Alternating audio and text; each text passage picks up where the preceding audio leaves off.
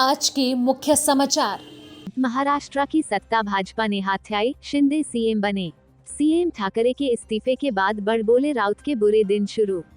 मुंबई, देवेंद्र गंगाधर राव फडणवीस, ये वो नाम है जिसने उद्धव ठाकरे को उसकी ही सेना से मात दिलवा दी। और ये फडणवीस का ही दिमाग है कि उद्धव के लिए हालात ये हो गए हैं कि सरकार के साथ साथ पार्टी भी हाथ से जाती हुई दिखाई दे रही है। सत्ता के इस खेल में उनका सुनाया हुआ एक शेर बहुत वायरल हो रहा है। मेरा पानी उतरता देख, मेरे किनारे पर घर मत बसा लेना, मैं समंदर हूँ लौटकर वापस आऊंगा। 1 जून 2022। मौका था पुणे में पहले महाराष्ट्र अंतर्राष्ट्रीय ओपन ग्रैंड मास्टर शतरंज टूर्नामेंट के उद्घाटन का।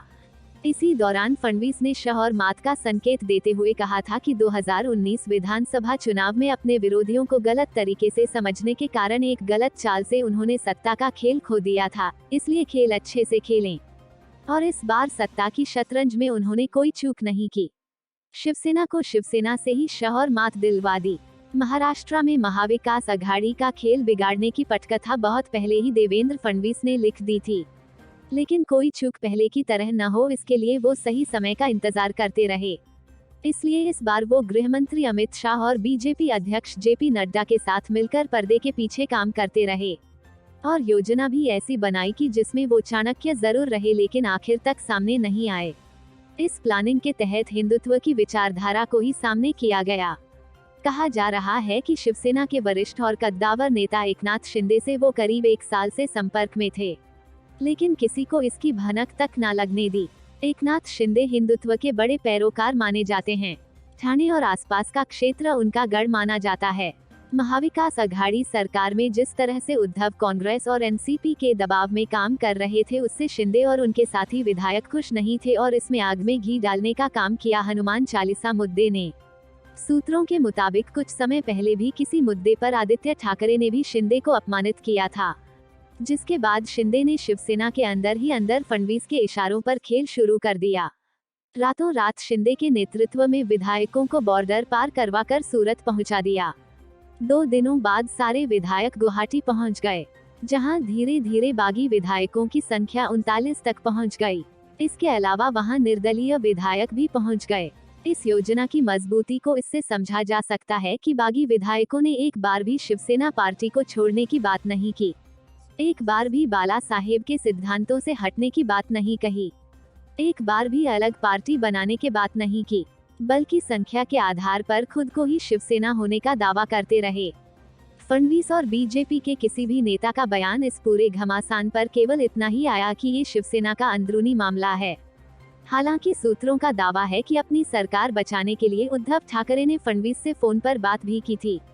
इस पूरे घटनाक्रम के दौरान फडणवीस केवल एक बार उज्जैन में महाकाल के दर्शन के लिए निकले। बाकी पूरे समय वो अपने मुंबई स्थित सागर बंगले से अपने कोर टीम के सदस्यों आशीष शेल्लार, प्रवीण दरेकर के साथ शतरंज की चालें चलते रहे। जब सत्ता के खेल में शह दे दी गई तब 2 दिन पहले फडणवीस ने दिल्ली जाकर गृह मंत्री अमित शाह और बीजेपी अध्यक्ष जेपी नड्डा से मुलाकात की और इस खेल को उसके अंजाम तक पहुंचाया।